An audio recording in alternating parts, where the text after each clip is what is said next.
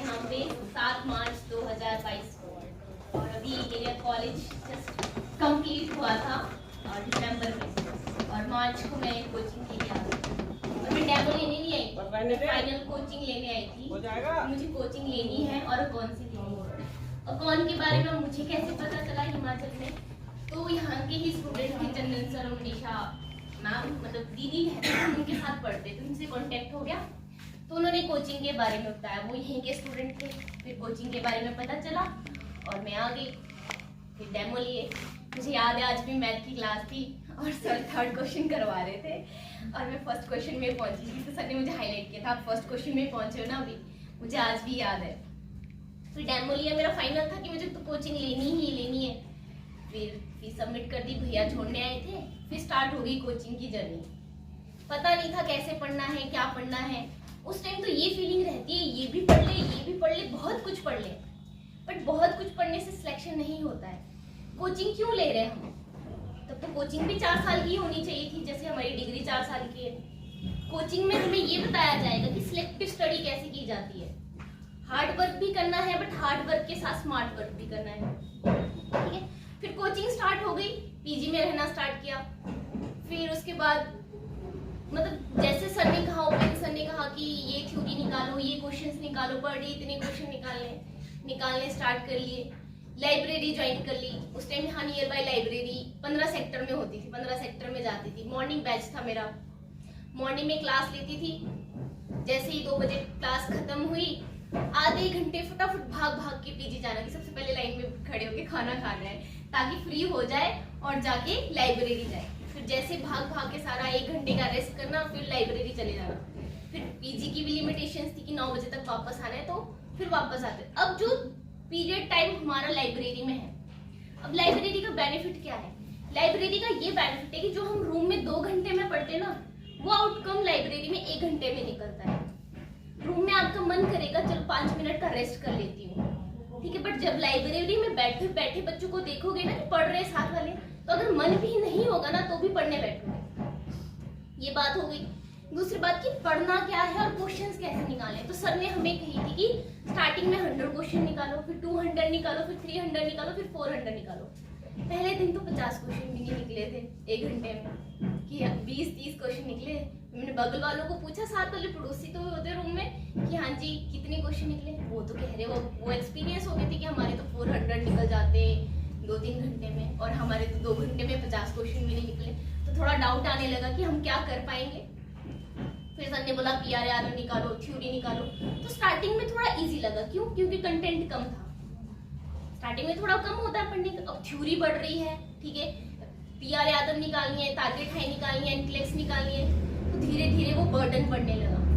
और student life में सबसे बड़ी चीज होती है स्लीपिंग पैटर्न, ठीक है। सबको नींद आती होगी बहुत, ठीक है। फिर एक यही चीज थी, बच्चों की लाइफ में बहुत सारी प्रॉब्लम्स होती, स्ट्रगल होता है। मेरा स्ट्रगल था मेरी स्लीपिंग पैटर्न, ठीक है। एक तो हम हिमाचल के, वहाँ का क्लाइमेट कुछ और है, यहाँ का क्लाइमेट कुछ और है। यहाँ पे बहुत शोर शराबा। अब मैं कैसे क्वेश्चन निकालूं, कैसे एडजस्ट करूं, बहुत इश्यूज आ रहे थे। कि सर हमारे पीजी में आते थे सर, गाइडेंस वहाँ पे एनक्लेक्स हमें पढ़ाई जाती थी। मौसबी की क्लासेस लगती थी रात को। जब हम 9 बजे लाइब्रेरी से वापस आते थे, तो सर वगैरह हमारे 1-2 घंटे की क्लासेस वहाँ पे लेते थे मौसबी एनक्लेक्स की। फिर वैसे पैटर्न। फिर जब साथ वालों से और भी वहाँ पे पीजी में बच्चे होते थे, उनसे गाइडेंस लेते थे कि कैसे पढ़ना है दीदी, क्योंकि हमसे बड़े थे वो, मैं तो उनके अकॉर्डिंग सबसे छोटी थी। फिर मैंने कोचिंग मतलब वहीं से स्टार्ट कर दिया। फिर मैंने 100 क्वेश्चन, 200 क्वेश्चन। अब का टाइम है कि मैंने 2000 क्वेश्चन भी पर डे निकाले हैं। सुबह का पैटर्न ये रहता था मेरा कि मैं 6 बजे उठ जाती थी, 7 बजे लाइब्रेरी पहुंच जाना, जब मैं अभी टीचर बन गई थी। उसके बाद मेरी टीचिंग जर्नी जब स्टार्ट हो गई, उससे पहले भी पढ़ रही थी। मैंने पहला नॉर्सेट दिया, नहीं हुआ। उसी के बाद जब मैंने जैसे कोचिंग स्टार्ट कर ली, सितंबर में मैंने कोचिंग स्टार्ट कर ली थी, मार्च में मैं आई थी। उसके बाद नेक्स्ट एग्जाम मेरा हुआ था जिपमर मेरा क्वालिफाइड था। उसमें स्किल टेस्ट होता है, सभी को पता है, अभी भी जिपमर हुआ स्किल टेस्ट होगा। फिर स्किल टेस्ट के लिए वहीं जाना पड़ता है पौंडीचेरी। वहाँ स्किल टेस्ट दिया, वापस आए, स्किल टेस्ट का कोई आउटकम नहीं निकला। रिटर्न हो गया, मतलब स्किल टेस्ट में नहीं रहा। उसके बाद बहुत सारे एग्जाम हुए, RML हुआ, SGPGI हुआ, 1-2 नंबर से वहाँ पे भी कोई आउटकम नहीं निकला। फिर आया नॉर्सेट 23, 4 वाला, उसमें भी नहीं हुआ, कुछ ना कमी उसमें भी रही गई कमी। 98 मार्क्स थे, 100 से क्वालिफिकेशन था, 2 मार्क्स की कमी वहाँ पे भी रह गई। उसके बाद आया प्री मेंस। अब तो डर लगने लग गया था कि कैसे होगा प्री मेंस, अभी इतने एग्जाम दे लिए, कहीं ना कहीं कमी अभी भी है, अब कैसे होगा। मैं डर जाती थी सीरियसली। मेरे अंदर टीचर तो मैं बन गई थी, बट कहीं ना कहीं वो स्टूडेंट मेरे अंदर अभी भी छुपा हुआ था, जो हर एक स्टूडेंट के दिल में वो फीलिंग होती है फेलियर की, और वो शायद होनी भी चाहिए। पता है क्यों? क्योंकि वही एक हमें ना आगे बढ़ने के लिए मोटिवेशन देता है, राइट? तो हमारे सर थे, Akash sir, Mohit sir, Upendra sir, Rohit sir, हमें कभी ये फीलिंग नहीं हुआ कि हम फ्रेशर्स हैं और जूनियर हैं। इन्होंने हमेशा हमें हर पॉइंट पे गाइड किया, चाहे वो एज अ स्टूडेंट, चाहे एज अ टीचर। हर पॉइंट पे हमें बताते रहे कि आप कैसे अपने आप को मॉडिफाई कर सकते हो। फिर वैसे वैसे जैसे जैसे सर टाइम टेबल बताते थे कि इस तरह से थ्योरी करो, इस तरह से क्वेश्चन करो। अब मेरा टारगेट क्या रहता था, जैसे कि मैंने 5 घंटे का टारगेट बनाया थ्योरी का, ठीक है। हम क्या करते हैं, हमने मॉर्निंग का बनाया 7 से 8, अब हम 7 से 8 बिजी थे। आप छोड़ दोगे ना उस थ्योरी को, मेरा 7 से 8 का टाइम चला गया। नहीं, 5 घंटे वो देने हैं एनी टाइम। वो ये नहीं होना चाहिए, टाइम बाउंड नहीं होना चाहिए कि हाँ मुझे 7 से 8 देना था, बट 7 से 8 तो मैं कहीं और थी या कुछ और काम था, बट वो घंटा बाद में तो भी यूटिलाइज किया जा सकता है। तो मेरा ये था कि मैंने टाइम टेबल बनाया था, 5 घंटे थ्योरी अगर देनी है तो देनी है, चाहे मुझे 2 बजे बच जाए रात के, पर वो 1 घंटा 5 घंटे मैं चाहे ब्रेक पॉइंट में दूं, पर वो 5 घंटे का टारगेट मुझे कंप्लीट करना है तो करना है, ठीक है। फिर मैंने बीच में अब कंटिन्यू 5 घंटे की थ्योरी आप कंटिन्यूटी में तो कर नहीं सकते, 1 घंटा थ्योरी की, फिर 1 घंटा क्वेश्चन किया, फिर मेन है टेस्ट सीरीज। टेस्ट सीरीज तो ज्वाइन करनी ही करनी चाहिए, क्योंकि उससे हमें नेगेटिव का कंट्रोल करने का पता चलता है कि नेगेटिव कैसे कंट्रोल करना है। और हमारा इवैल्यूएशन, चलो आपने 100 क्वेश्चन किया, ठीक है, 100 क्वेश्चन में से 5 क्वेश्चन ऐसे आ गए जो आपको डाउटफुल है कि आपने थ्योरी में पढ़े, पर उस टाइम ऐसा लग रहा है क्वेश्चन सामने आया कि इसका आंसर क्या मुझे आता है कि नहीं आता है, ठीक है। जब आप उसको इवैल्यूएट करोगे ना, तो आप 100% श्योरिटी के साथ आओगे कि हाँ ये क्वेश्चन मुझे आता है।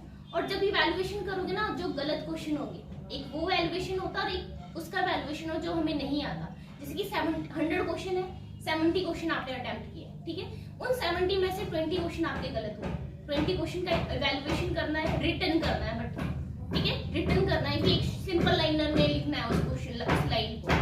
उसके बाद उस दूसरा इवैल्यूएशन रहेगा जो क्वेश्चन आपको नहीं आते उनका, 2-3 पेज बन सकते हैं उन इवैल्यूएशन का, उसका अलग से नोटबुक बना। फिर जब इवैल्यूएशन कर लिया तो 15-10 मिनट उस इवैल्यूएशन को पढ़ना है जो आपने उस टेस्ट से निकाला है, जो रॉन्ग क्वेश्चन से निकाला है।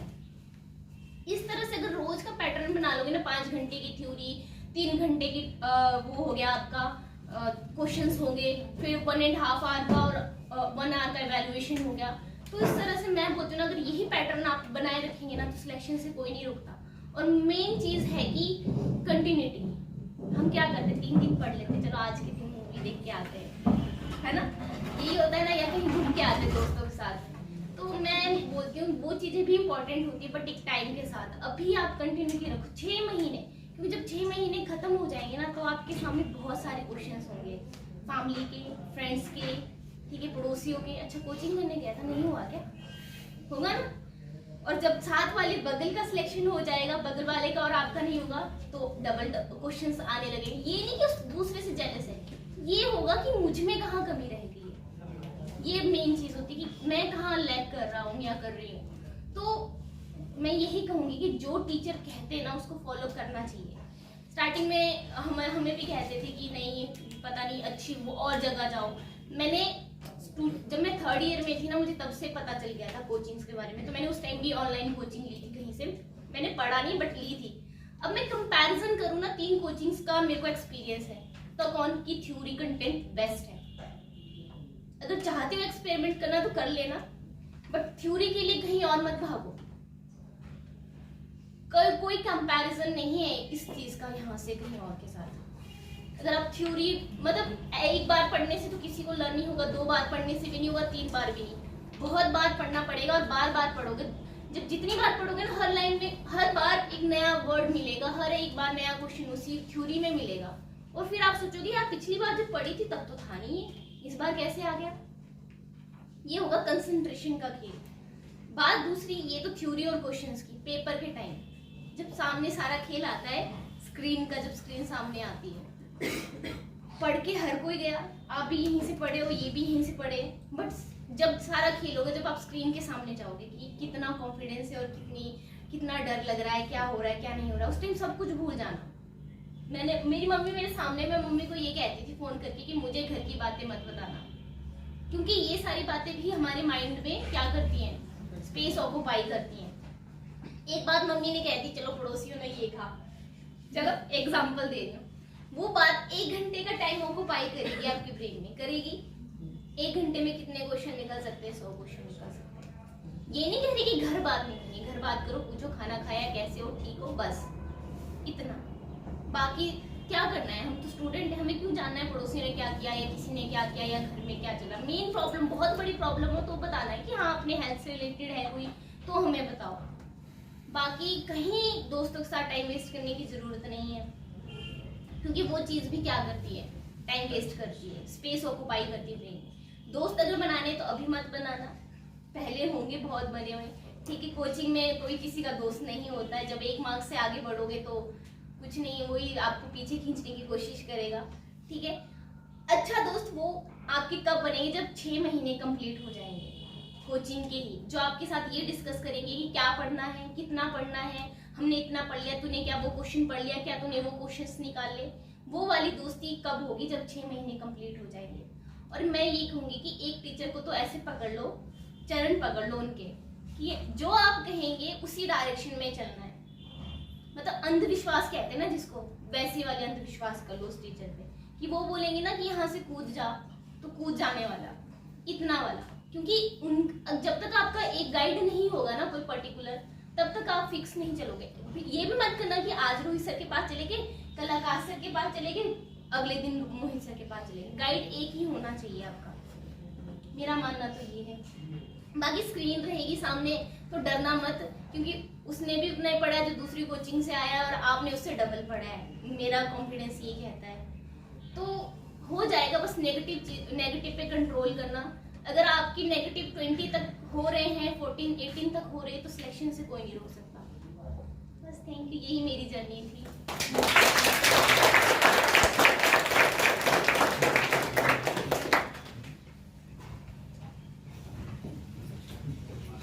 तो रंजना मैम को सुना आपने।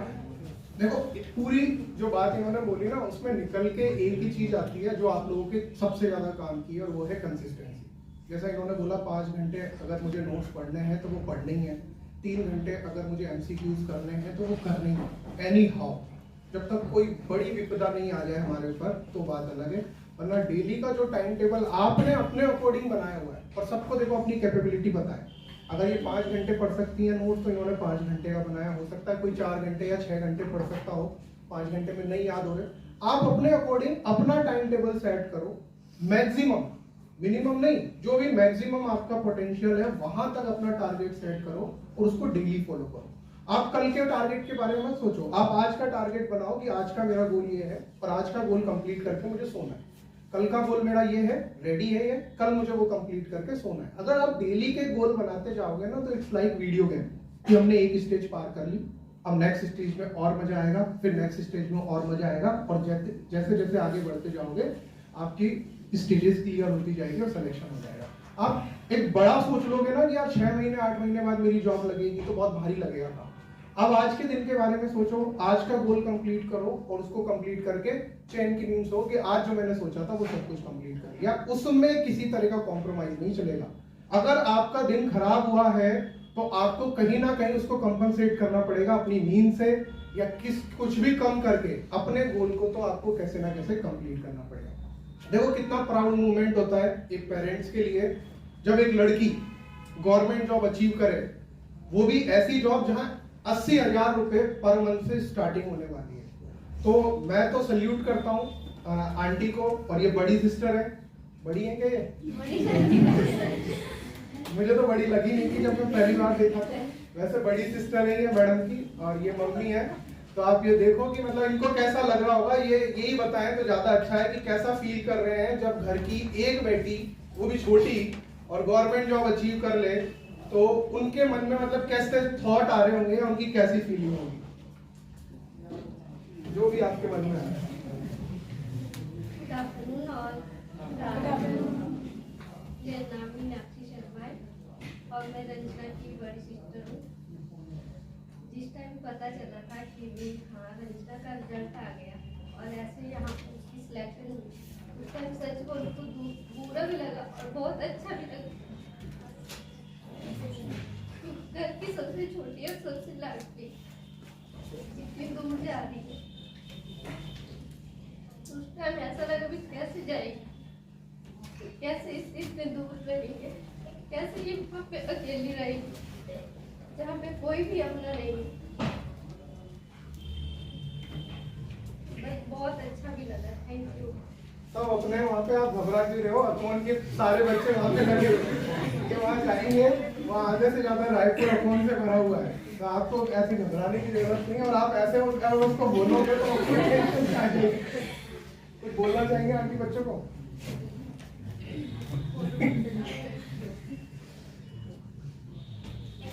जब मैं आई थी तो मैं 22 की थी, तो घर की सबसे छोटी हूँ, तो होता ही है ना, घर का छोटा बच्चा होता है तो बहुत लाडला होता है वो।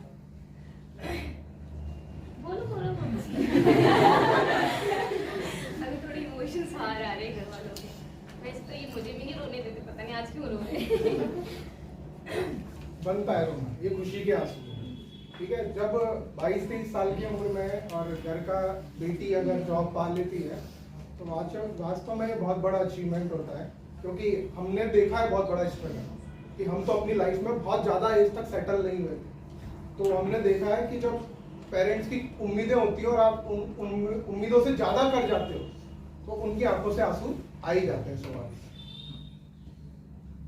सबसे बड़े पेरेंट्स की होते, मैं यही बात कहूँगी कि पेरेंट्स का सपोर्ट बहुत इंपॉर्टेंट होता है। 2 महीने मुझे भी लगे थे दिल्ली आने के लिए, क्योंकि जहाँ से मैं बिलोंग करती हूँ वहाँ दिल्ली आना ही बहुत बड़ी बात है। मैं हिमाचल के सोलन डिस्ट्रिक्ट वाइज ऐसे गांव से बिलोंग करती हूँ जहाँ 8 घर है। वो 8 घर भी मेरी ही फैमिली के हैं, दादा वगैरह के। तो वहां से आना उनके लिए, तो दिल्ली आना ही बहुत बड़ी बात है। एक्चुअली क्योंकि अगर आप लोग देखोगे तो दिल्ली के लिए, चाहे हिमाचल के लोग हो, कहीं के भी होगे, हर पेरेंट्स ऐसा सोचता है नहीं जाना है, सेफ सिटी नहीं है। बट मुझे सबसे बड़ी अच्छी बात ये कि मेरे पेरेंट्स ने मेरे को सपोर्ट रखा, उन्होंने कॉन्फिडेंस रखा मुझ पे कि हाँ मैं कर लूँगी। टीचिंग मुझे यहाँ पे, मतलब मैं कहती थी कि मैं अकाउंट का छोटा बच्चा हूँ फैमिली में, टीचिंग में ये सब मेरे से बड़े हैं और इनको मैं अपने भगवान, एक टीचर जो होते ना, अगर आप उस तरह से चलोगे ना लेके, कोई भी नहीं रोक सकता आपको आगे बढ़ने से। टीचर सच में ही भगवान होता है। और मैं कहूँ, मैं टूट जाती थी, ब्रेकडाउन हो जाता, और सबसे मेन चीज कोचिंग में यही आती है, मेंटल ब्रेकडाउन। कि आप कहना चाहते हो बट कहें किससे, वेंटिलेट करना चाहते हो अपनी फीलिंग्स को, बट कौन समझेगा। पेरेंट्स को कहोगे तो पेरेंट्स को टेंशन होगी, दोस्त आज के टाइम में आपको भी पता ही है, ठीक है। बचा एक टीचर आपको इस तरह से गाइड करता है ना, वो मतलब ऐसा होता है ना, उसको कोई स्वार्थ वाली फीलिंग नहीं है आपसे, उसने फीस ले ली है आपसे, अब आपको गाइड करे ना करे उसकी मर्जी है, बट वो फिर भी कर रहे हैं ना आपको यहाँ पे। तो मैं कहूँ आकाश सर, मोहित सर, मैं बैठ जाती थी कभी कभी उनको पकड़ के, सर बताओ मुझे क्या करना है।